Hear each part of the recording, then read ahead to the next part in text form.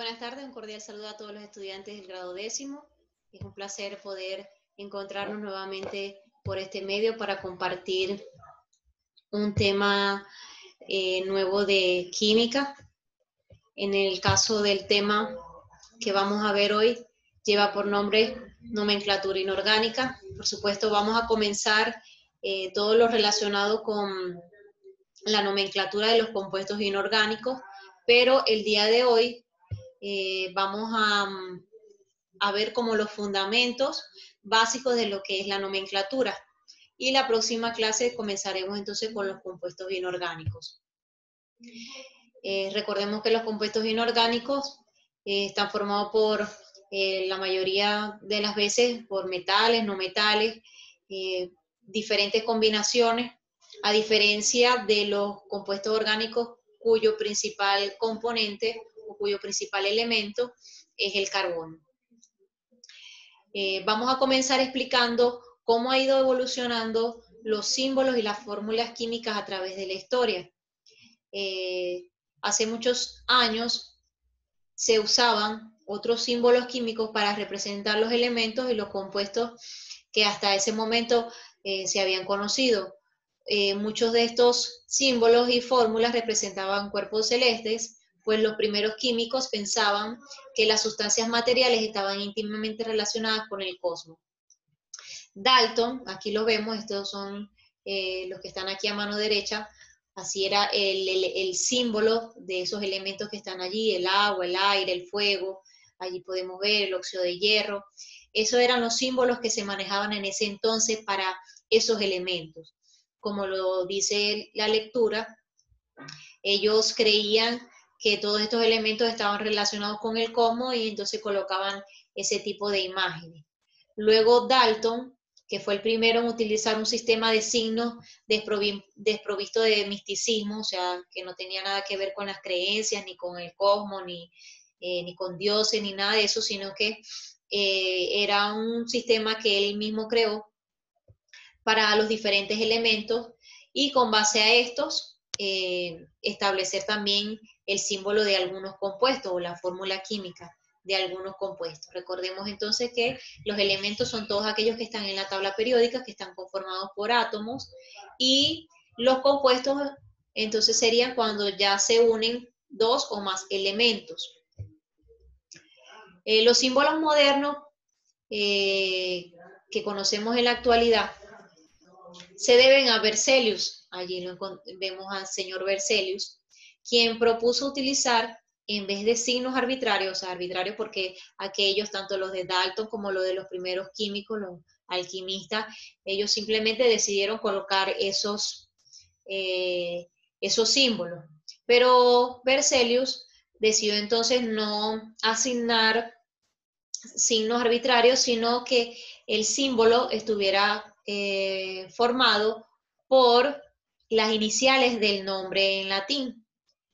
Eso también lo vimos en la clase cuando vimos la tabla periódica. Vimos que los elementos, el símbolo químico de los elementos estaba formado entonces por la inicial del nombre del elemento y que el nombre estaba en el idioma latín. Dice la primera letra del nombre latín del elemento. Y cuando varios elementos tuvieran la misma letra inicial, se representaban añadiendo la segunda letra del nombre. Así, por ejemplo, tenemos el carbono, el cobre y el calcio, que ambos comienzan por C, pero entonces el carbono se representan con la inicial, el cobre con la C y la U, y el calcio con la C y la A, para poderlos diferenciar a los tres. Por eso es que se usan dos letras. La primera va en mayúscula, como lo pueden ver, y la segunda va en minúscula. ¿Qué es la fórmula química? Las fórmulas indican la composición molecular de las sustancias, ¿ok? Cuando hablamos de que una sustancia está conformada por varios átomos, necesitamos saber en sí realmente cómo está formada esa molécula, qué cantidad de átomos tiene de un elemento y de otro. Y esta fórmula, ¿verdad?, se origina de la yuxtaposición, o sea, cuando se unen los símbolos de los elementos constituyentes. Para indicar el número de átomos presentes de cada elemento integrante de la molécula, se escribe tal cantidad como un subíndice al lado del correspondiente elemento. Por ejemplo, la fórmula del H2O del agua indica que está constituida entonces por 2 átomos de hidrógeno y 1 de oxígeno. Aquí vemos entonces, esta es la fórmula que está aquí en grande, es la fórmula química del agua. Y ahí nos dice claramente que está conformada por, entonces, 2 átomos diferentes, que es oxígeno e hidrógeno, y específicamente nos dan otro dato, que es ese subíndice que vemos allí, que nos dice entonces que existen en la molécula del agua presentes 2 átomos de hidrógeno y 1 átomo de oxígeno. Hay diferentes tipos de fórmulas químicas. Hay una clasificación para las fórmulas químicas. Una de ellas es la fórmula empírica, llamada también fórmula mínima o condensada. Es como que un resumen, la fórmula que mayor resume lo que es la composición de una molécula.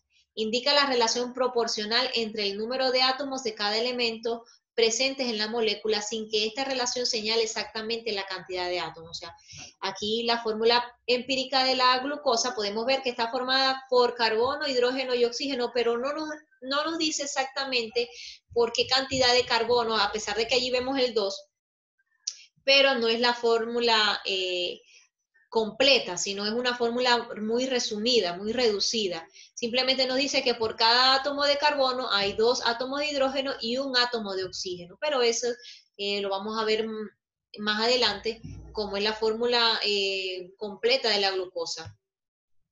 Otro tipo de fórmula es la fórmula estructural. Indica la proporción de átomos y la posición o estructura de la molécula. Por ejemplo, la fórmula para la molécula de agua es esta. Esta que vemos aquí, donde nos podemos ver incluso el tipo de enlace, que es un enlace simple. ¿Okay? Vemos cómo entonces es la estructura de la molécula de agua. Nos brinda como un poco más de información. Otro tipo de fórmulas es la fórmula electrónica, también llamada fórmula de Lewis por su creador. Indica los electrones de cada átomo y la unión o enlace que se presenta. Este ejemplo lo vimos en la clase anterior cuando vimos lo que eran los enlaces químicos. Vimos entonces que el cloruro de sodio está unido gracias a un enlace iónico donde el sodio le cede un electrón al cloro. Por lo tanto, entonces el sodio queda cargado positivamente, se convierte en un anión, y el cloro entonces queda cargado negativamente, convirtiéndose en el sodio se convierte en un catión y el cloro en un anión. La fórmula molecular nos muestra entonces allí sí con exactitud la relación entre los átomos que forman la molécula, que sí nos dicen exactamente cuántos átomos cuántos átomos de cada uno de los elementos están presentes en esa molécula. Aquí vemos el mismo ejemplo de la glucosa, pero lo vemos con una fórmula molecular. Entonces sí nos dan los detalles, nos dicen que existen 6 átomos de carbono, hay 12 átomos de hidrógeno y 6 átomos de oxígeno. Nos dice que cada molécula está formada por 12 átomos de carbono, 12 átomos de hidrógeno y 6 átomos de oxígeno. Vamos a ver lo que significa valencia. Se denomina capa de valencia de un átomo a su capa más externa de electrones. Los electrones de esta capa reciben el nombre de electrones de valencia y determinan la capacidad que tienen los átomos para formar enlaces. Ya también lo hemos discutido. Valencia es entonces, se conoce como los electrones que están en la última capa de cada uno de los elementos. Recuerden que nosotros vimos que estos electrones son los que van a reaccionar, los que se van a relacionar o enlazar con otros elementos para formar entonces lo que son los compuestos. Y existen 2 tipos de valencia, la valencia iónica, que es el número de electrones que un átomo gana o pierde al combinarse con otro átomo mediante un enlace iónico. Recordemos entonces lo que era el enlace iónico, que era cuando se cedían electrones. Así, por ejemplo, cada átomo de calcio pierde 2 electrones al formar enlaces iónicos. Cuando él se cuando él se une a otro átomo, él cede 2 electrones. ¿Ok? Entonces, la valencia iónica del calcio va a ser 2. Asimismo, cada átomo de oxígeno gana 2 electrones al combinarse iónicamente con otro átomo. O sea, en el caso del oxígeno, él no va a ceder electrones, sino que va a recibir los electrones. Y igualmente, entonces, su valencia va a ser de 2. Tenemos otro tipo de valencia que es la valencia covalente. Es el número de electrones que un átomo comparte, es lo mismo que lo que vimos en la clase anterior de lo que es el enlace covalente. Repito, es el número de electrones que un átomo comparte con otro al combinarse mediante un enlace covalente. Por ejemplo, cada átomo de carbono comparte 4 electrones al formar enlaces covalentes con otros átomos. Él tiene la capacidad de unirse con 4 elementos diferentes. Y por eso su valencia es 4. Algunos elementos poseen más de un número de valencia, lo cual quiere decir que pueden formar más de un compuesto.